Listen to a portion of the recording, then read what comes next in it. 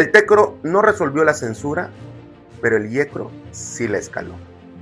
El Tribunal Electoral de Quintana Roo tuvo una oportunidad histórica para asumirse como defensor de la ley en términos de libertad de expresión y prensa. Pero no le importó. No le importó revisar si una medida cautelar del IECRO que estaba afectando mi libertad de expresión, mi ejercicio periodístico y mi derecho a la defensa era totalmente legal o justa. No lo hizo. El TECRO no entró al fondo, no estudió la censura disfrazada de medida cautelar, no revisó si era proporcional ordenar bajar publicaciones periodísticas y que no hablara de la gobernadora Mara Lezama y su esposo Omar Terrazas. No analizó mi condición de periodista mexicano con desplazamiento forzado, obligado a vivir fuera del país y bajo protección internacional. ¿Qué hizo el TECRO? Desechó mi impugnación por una formalidad contradictoria, mi firma. Cuando una autoridad evita estudiar el fondo del asunto, tan delicado como este, no está impartiendo justicia, está evadiendo la responsabilidad para que otro sea responsable de ejecutar consignas.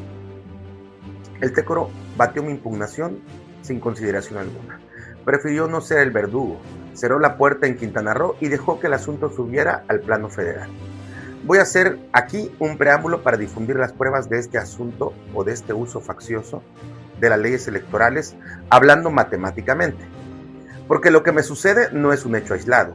Cifras del propio registro oficial de sancionados en materia de violencia política de género del IECRO y de los informes estadísticos del TECRO revelan que de 2023 a la fecha, la Dirección Jurídica del Instituto Electoral de Quintana Roo ha dado cauce a más de 45 quejas y demandas contra periodistas, reporteros y medios de comunicación. Lo escandaloso es que más del 80% de ellas han sido mañosamente disfrazadas bajo la vertiente de violencia política en razón de género, con el objetivo de callar a la prensa.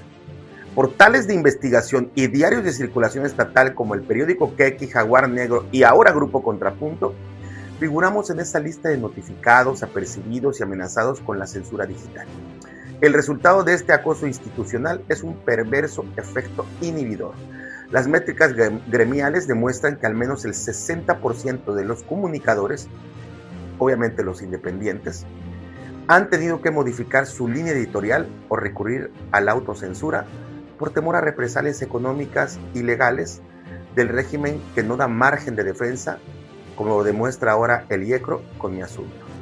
Porque mientras el TECRO desechaba mi impugnación, el IECRO mostraba la víscera ilegal con las más recónditas argucias que la ley le permite, y escaló.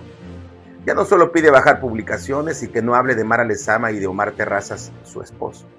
El director jurídico del IECRO, Juan Enrique Serrano Peraza, se asume a sí mismo como instrumento y toma la espada de Damocles para intentar aniquilar mi libertad física, mi economía y pretender mostrarme al mundo como un infractor en desacato. Después de que el TECRO desechó mi impugnación, sin estudiar el fondo, sin notificarme, simplemente subiendo a estrados todo, a pesar de que le solicité en 2 correos electrónicos dirigidos al magistrado presidente Sergio Avilés, me indique en qué circunstancias se encontraba mi solicitud de impugnación, pero no obtuve respuesta. Entonces, el IECRO emitió un nuevo acuerdo cautelar que rebasa cualquier protección a una mujer sin poder, evidenciando que más que proteger el género, protege la investidura y su poder. Ordena que se elimine otro video, me apercibe con medidas de apremio y da vista a la Fiscalía General del Estado de Quintana Roo para mostrar el músculo legal y amedrentarme. Eso no es justicia, eso es presión y opresión institucional, es uso del aparato de justicia electoral del Estado para intentar silenciarme. Pero aquí no para todo. Hay un dato todavía más delicado. En una publicación, creo que fue el día de ayer, del periodista Luis Ángel Cabañas, él sostiene que Carlos Felipe Fuentes del Río, consejero jurídico del Poder Ejecutivo de Quintana Roo y promovente de la denuncia en representación de la gobernadora Mara Lezama, es hijo de Felipe Alfredo Fuentes Barrera, magistrado de la Sala Superior del Tribunal Electoral del Poder Judicial de la Federación.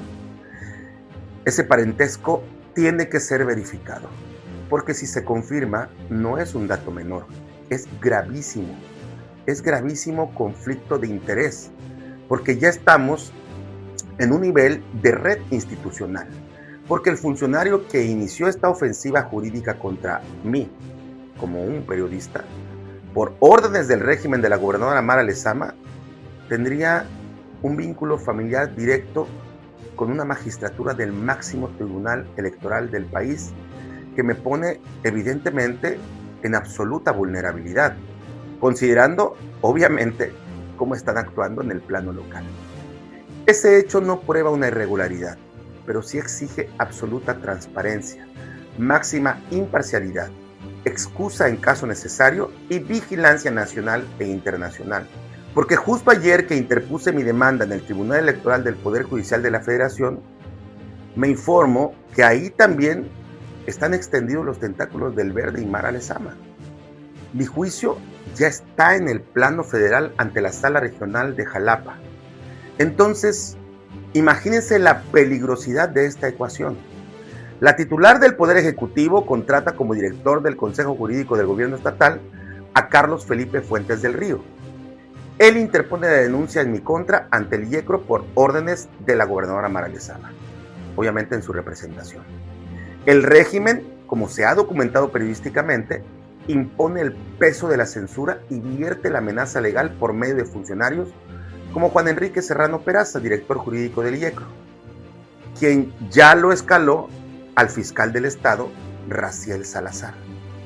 Luego, yo impugno ante el TECRO y hacen uso de una formalidad que ellos mismos contradicen con sus hechos para desechar mi impugnación, y el propio presidente del TECRO me niega interlocución institucional, me desampara al no notificarme, aún sabiendo que soy un periodista desplazado, y ahora surge esta duda institucional al conocerse que el mismo que denuncia en representación de Mara Lezama puede tener vínculos consanguíneos con una pieza clave en la magistratura de la Sala Superior del Tribunal Electoral del Poder Judicial de la Federación.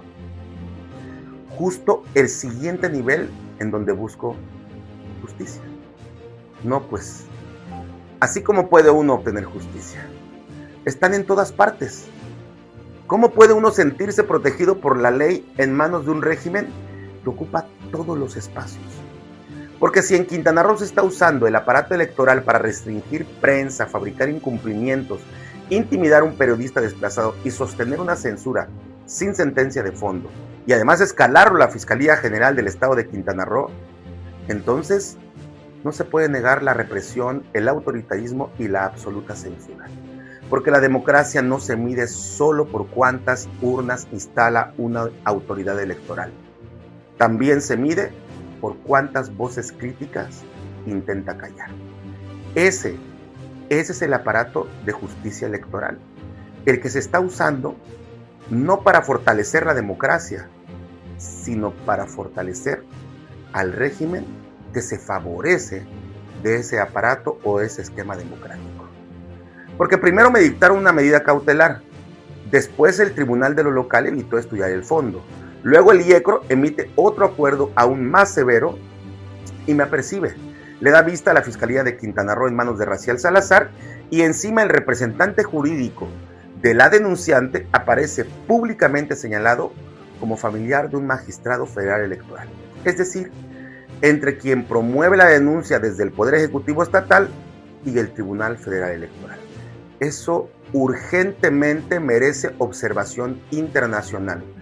Por eso he estado informando a Artículo 19 México y Centroamérica, a CPJ, que es el Comité Internacional para la Protección de Periodistas, a Reporteros Sin Fronteras, a CONAPE, que es mi organización donde soy vicepresidente internacional, y a la Comisión Interamericana de Derechos Humanos, copiando cada correo electrónico recibido y enviado en este mar de argucias legales que intentan someterme, reprimirme y obviamente hasta enjuiciarme.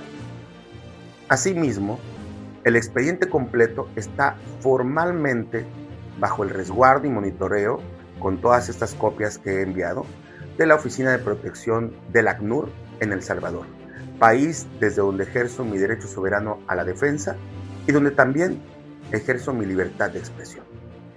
Y deseo finalizar reiterando algo que he dicho varias veces. La violencia política contra las mujeres debe combatirse. Sí, siempre. Pero no puede usarse esa ley para amenazar, intimidar y aplicarla como mordaza contra periodistas que incomodan por decir verdades. Esto es Juicios del Poder con Jonathan Estrella Internacional para Escudo de las Américas desde El Salvador. Aquí analizamos el poder, aunque nos cueste la vida.